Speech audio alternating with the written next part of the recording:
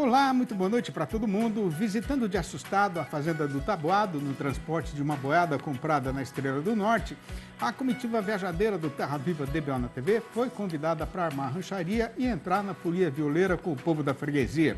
E estando já preparada para a função, começa esta apresentação com a recitação da nossa prosa abrideira do dia. E cumprindo nossa nova rotina de toda quinta-feira, a gente convida agora os companheiros e as companheiras boiadeiros ou não do Brasil inteiro para apreciar a nossa sessão Raças e Cruzamentos com o zootecnista Alexandre Zadra.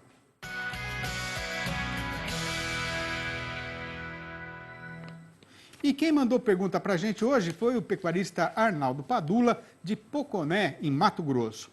O caso que está acontecendo lá é que um vizinho que faz inseminação disse que qualquer sêmen de Angus que ele usa nas vacas Nelore dá sempre o mesmo peso. Aí a dúvida do Arnaldo é a seguinte, ó. Quer dizer que as DEPs dos touros obtidas nos programas de raça pura não valem no cruzamento desses mesmos touros com as matrizes Nelore? Pois então eu passo a vez de falar para você, meu caro Zadra. Olá, amigos do DBO na TV. Bem, seu Arnaldo, essa é uma pergunta muito boa. É comum alguns criadores que criam em regiões com mais limitação nutricional, como no Pantanal, algumas regiões do Pantanal, né?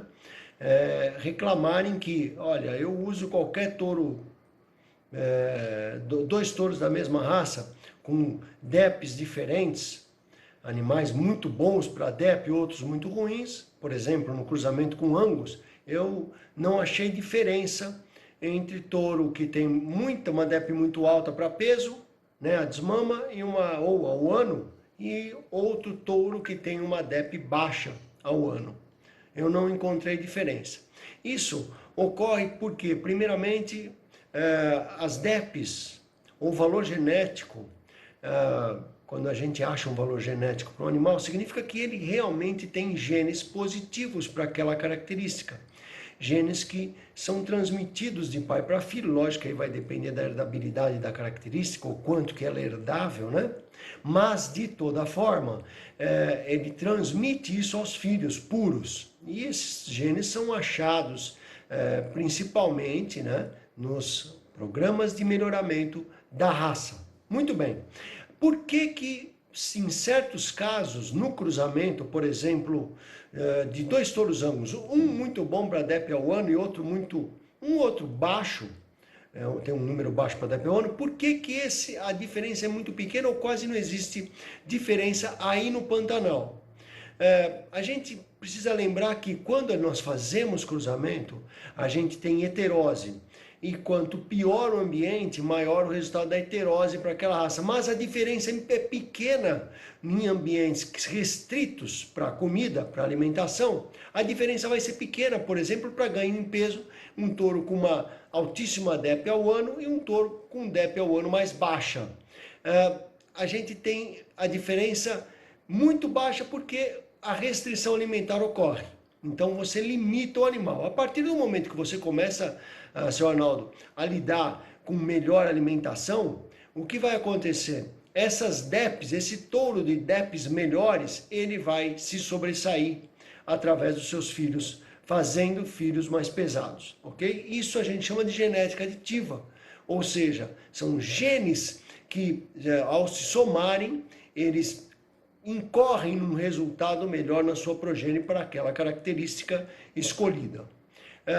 Lógico que os genes são escolhidos, são selecionados em gado puro, mas ele também acontece, ele vai se refletir no cruzamento também com o zebu, no seu caso, o Angus. Então use touros provados que atendam seus objetivos para, por exemplo, se você for vender peso a desmama, né, que a sua matriz tenha boa habilidade materna e que esse bezerro venha de touros com boa DEP a desmama e assim por diante, ok? Espero ter respondido sua pergunta, seu Arnaldo, e aos amigos que estão assistindo o DBO na TV, escrevam com suas dúvidas sobre raças e cruzamentos que o Zadra responde. Um abraço a todos e vamos para o campo! Tá certo então, e a gente faz agora um rápido intervalo e volta em seguida. É com grande satisfação que eu convido agora os companheiros boiadeiros e boiadeiras que nos acompanham no Brasil inteiro para apreciar o nosso quadro semanal No Campo com as UETs, que vai ao ar todas as quintas-feiras aqui no Terra Viva DBO na TV.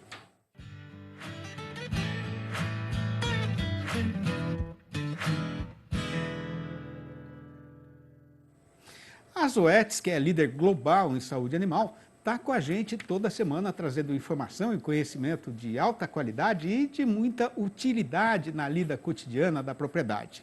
Pois hoje a nossa prosa vai ser a respeito de um assunto muito solicitado pelos amigos aí de casa, que são da pecuária leiteira. A gente vai falar sobre reprodução em gado de leite e sobre a dor. Não exatamente a dor dos animais, mas a do próprio fazendeiro na lida de todo dia. E para tocar esta empreitada de parceria, eu vou ter a ajuda preciosa do Rafael Moreira e da Janaína Jordani, gerentes de produto nas UETs. Boa noite, Rafael. Boa noite, Janaína. Sejam todos muito bem-vindos aqui no nosso arranchamento eletrônico. Boa noite, Sidney. Prazer estar aqui com vocês, aqui no Campo com os UETs. Boa noite, Sidney, e boa noite aos amigos aí de casa. Ô, Rafael, quem está na pecuária leiteira, né, sabe que uma das dores do pecuarista, não estou falando da vaca não, é conseguir a melhoria dos índices reprodutivos, né, do seu rebanho, porque tem vários fatores envolvidos nisso e isso efetivamente é um grande desafio para o produtor de leite, né, Rafael? Exatamente, a reprodução é um dos principais fatores da produção. Se a gente vê uma vaca, quando ela produz leite, ela tem uma curva de lactação, né, o período de lactação. E esse período de lactação é sempre maior depois do parto. 40, 60 dias após o parto é o pico de lactação. Então, quanto mais picos de lactação tem, mais ela produz na fazenda. Então, quanto mais partos ela tem, mais picos de lactação ela tem e mais produtiva ela na fazenda. Então, quanto melhor reproduzir, melhor ela produz, melhor a rentabilidade da produção leiteira. Pois é, né, mas reprodução do gado de leite não é só taxa de prenhez, né? Não, também, muito importante a taxa de prenhez, porém, a reprodução ela vai de um parto até outro parto. E para ocorrer de um parto e outro parto, e que isso seja num período ideal, né, economicamente e fisiologicamente, a gente tem que passar por etapas. Então, o primeiro ponto, quando a vaca pare para atingir esse pico, ela tem o período de descanso, que é ali 30, 35 dias pós-parto, e voltar à reprodução rapidamente. Para isso a gente lança a mão da IATF, e aí as técnicas que ajudam a vaca naquele momento a produzir melhor, a reproduzir melhor, perdão. E aí que vem a taxa de prenhez, que é a eficiência da IATF no primeiro, no segundo serviço. Se a vaca teve uma boa taxa de prenhez, ela tem que manter aquela gestação, evitar as famosas perdas gestacionais, para que daí ela chegue até o outro parto. Né? E para manter a gestação ou não ter as perdas gestacionais, você precisa principalmente cuidar das doenças reprodutivas que fazem perder ali o embrião, a gestação, e aí são as vacinações contra as doenças reprodutivas, IBR, BVD, leptospirose, e aí nós temos a Ketomaster, que é uma das principais tecnologias do Brasil para proteção. A mastite, que a Janaína vai falar, também influencia na taxa de prenhez, influencia na perda gestacional. Então, se a gente cuidar da reprodução, uma boa IATF, uma boa sanidade com a vacinação, tem uma boa taxa de prenhez, tem poucas perdas embrionais ou perda de gestação e chega bem lá no parto. Que daí você vai selecionar também a genética daquele animal para as próximas gerações. Bom, então é por isso que a UETs é referência em IATF no Brasil, né? E se você, amigo ou amiga pecuarista, tem essa dor, né, de não conseguir melhorar os índices reprodutivos do seu rebanho, o Rafael aqui já contou, então, o segredo que é conhecimento, pesquisa e tecnologia, né? E é isso que faz, por exemplo, as UETs faz com o Gerar Leite, né? Sim. O Gerar Leite é um dos principais grupos sobre reprodução, né? Grupo especializado em reprodução aplicada ao rebanho para o leite, onde são 104 veterinários especialistas em leite, técnicos muito capacitados, junto com as UETs e o professor Zequinha, a gente se reúne, analisa mais de 1,5 milhão de dados, já foram analisados, esse ano nós vamos analisar 120 mil dados, né, para ver como estão os índices reprodutivos nas fazendas. como que estão aplicando os protocolos, quais as condições de sanidade, como está o conforto em cada categoria. Então, toda essa análise de dados é discutida por esses técnicos. Esse ano nós vamos receber outros professores também dos Estados Unidos, para a gente ver como está a reprodução na fazenda, o que a gente está fazendo e aonde dá para melhorar.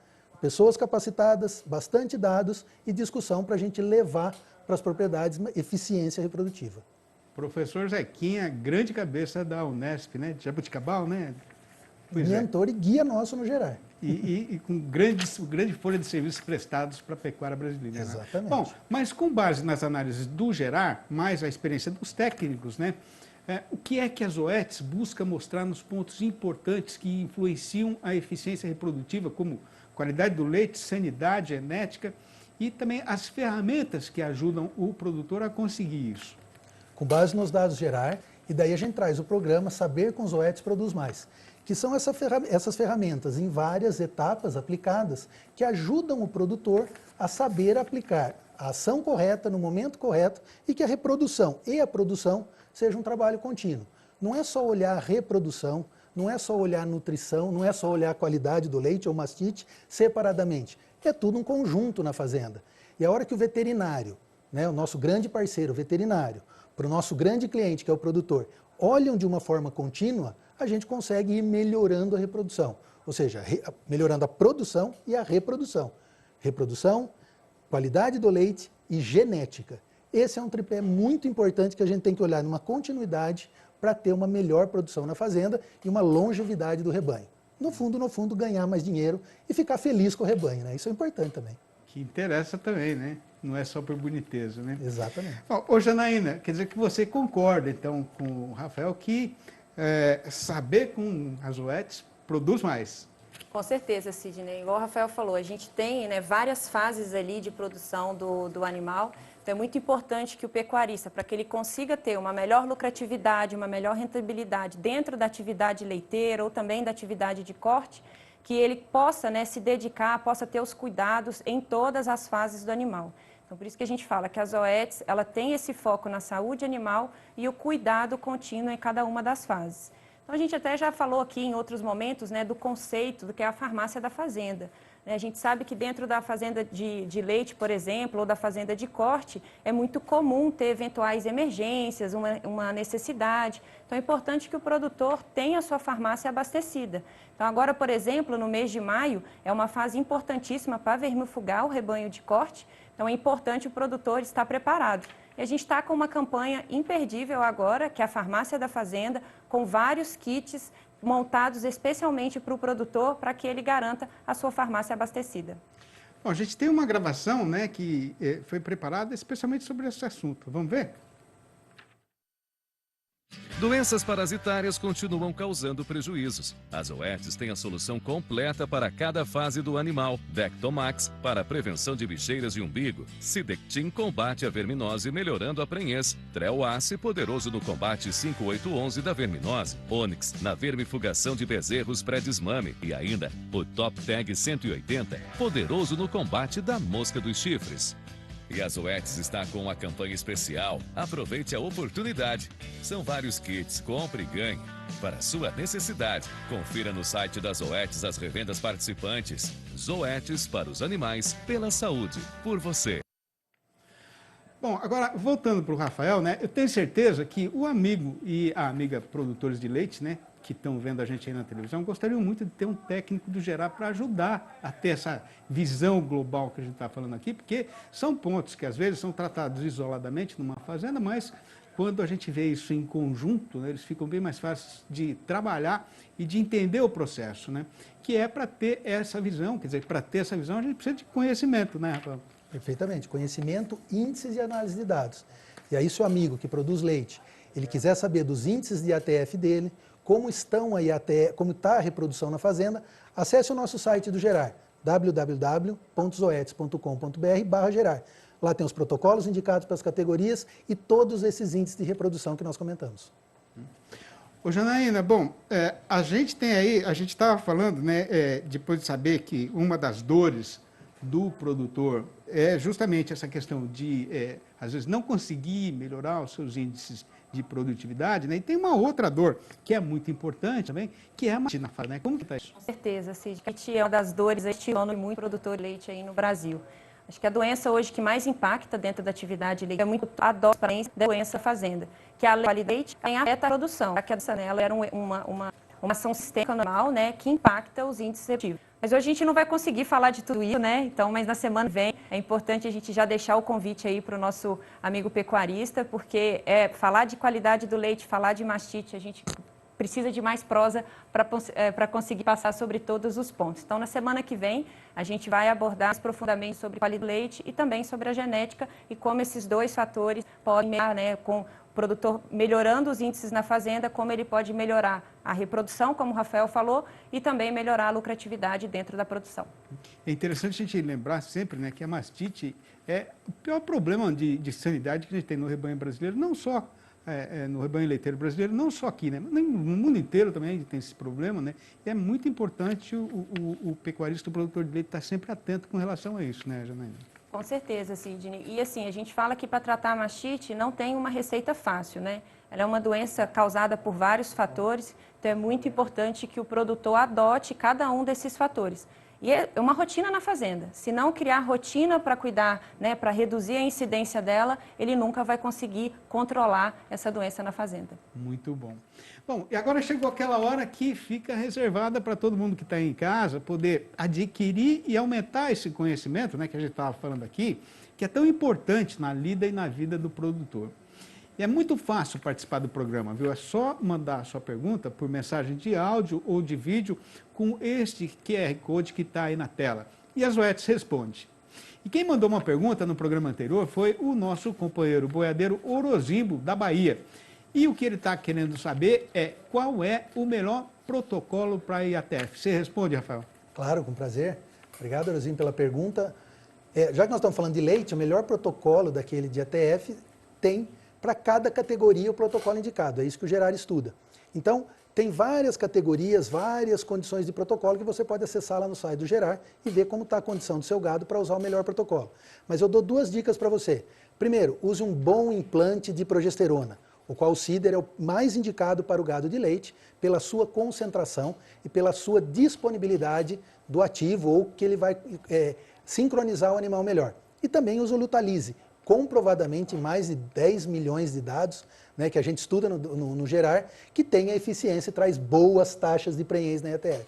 Então, acesse o nosso site do Gerard, www.zoetis.com.br/Gerard, veja qual a categoria que se adeque, mas use um bom dispositivo como o Cider e uma boa prostaglandina como o Lutalize no gado de leite, que você vai ter sucesso. Muito bom. Bom, e outra pergunta que a gente recebeu foi do Rodrigo, lá do Goiás. A dúvida dele é a respeito de qual é o protocolo que deve ser usado para controlar o carrapato em bezerros meio-sangue Angus. Essa eu vou passar para o nosso colega Pablo, que entende tudo de controle parasitário e vai trazer essa resposta para nós. Muito bom. Olá, Sidney. Olá, Rodrigo. Obrigado pela pergunta. O controle de carrapato, como o próprio Rodrigo mencionou na pergunta dele, ele deve ser feito através de um protocolo. Isso se deve ao fato que 95% dos carrapatos estão no ambiente, nas pastagens, né? Ou que a gente chama de contaminação ambiental.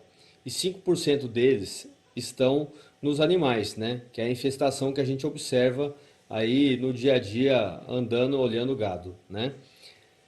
E o carrapato, né, o seu desenvolvimento, ele tem diversas interferências, principalmente temperatura e umidade.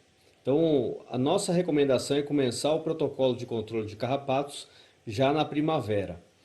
Nós temos 2 protocolos testados e comprovados cientificamente, e os 2 protocolos têm em comum o uso do Taxuron junto com os nossos endectocidas. O Taxuron, na utilização aí junto ao controle de carrapato, a principal função dele é quebrar o ciclo de vida do carrapato, porque ele inibe a muda do carrapato, ou seja, ele vai influenciar principalmente o combate, diminuindo assim a contaminação ambiental. E E os endectocidas têm uma função muito clara, que é diminuir a infestação dos animais, né? Aquela infestação que a gente observa. Então eu vou dar um exemplo de um protocolo que a gente tem recomendado, que é o protocolo de maior eficiência, principalmente quando a gente pensa no nível de desafio que a gente enfrenta no campo. É um protocolo que começa com Taxuron e Onyx, né? O Onyx é o endectocida que a gente recomenda nesse início, lá na primavera. 58 dias depois, a gente faz uma nova aplicação de Taxuron com Sidectin. O Sidectin é o outro endectocida que a gente recomenda. E 40 dias depois, a gente faz uma nova aplicação de Taxuron. É muito importante que o pecuarista continue observando esses animais, mesmo após a última aplicação de Taxuron, pois pode ser que em muitos casos a gente tenha que fazer aí algumas intervenções que a gente chama de táticas, né?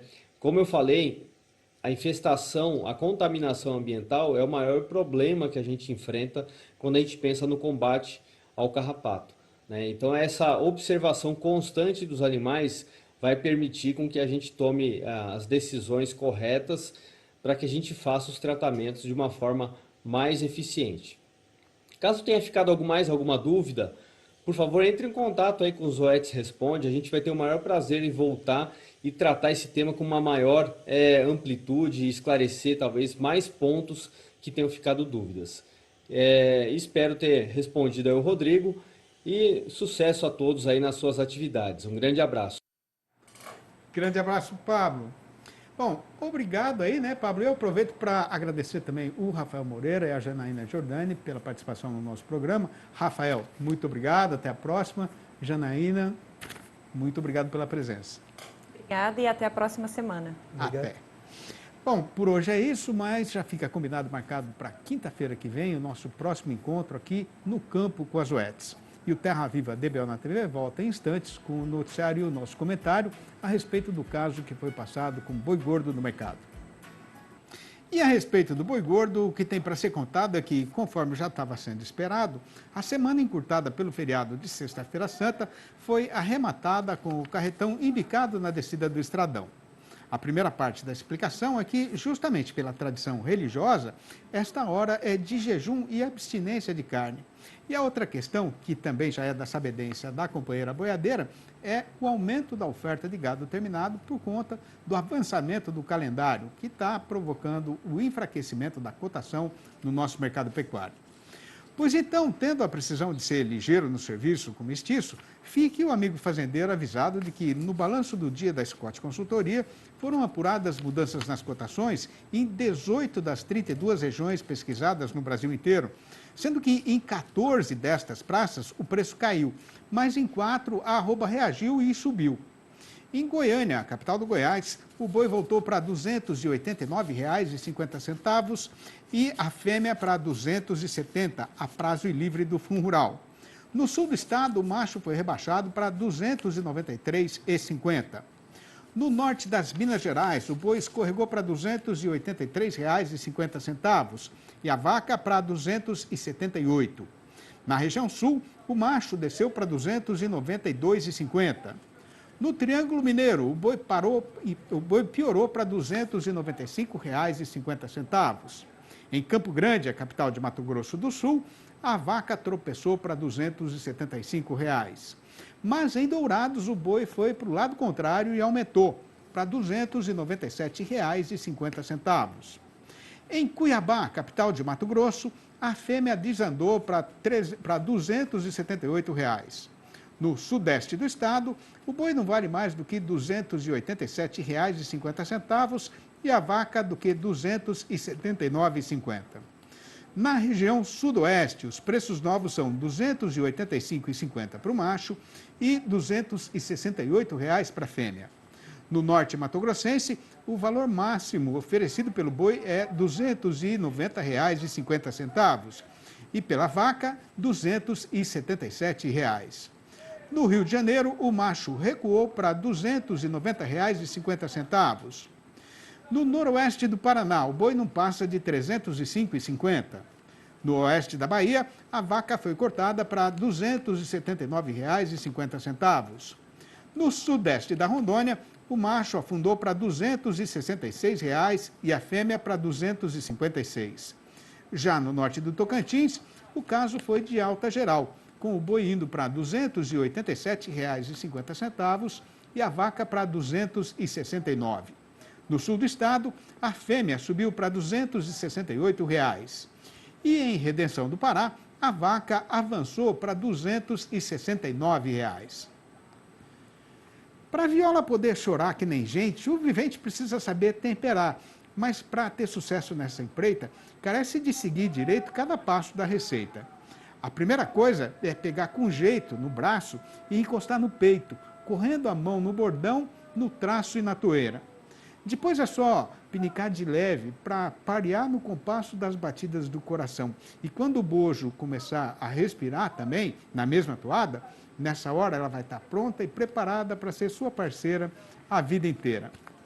E tendo cumprido com grande satisfação a nossa obrigação de levar informação de qualidade para o povo da cidade e do sertão, a comitiva chega ao fim de mais uma jornada e anuncia a retirada, deixando já marcada e combinada a volta do Terra Viva DBO na TV para amanhã, às 6h30 da manhã e às 7h25 da noite.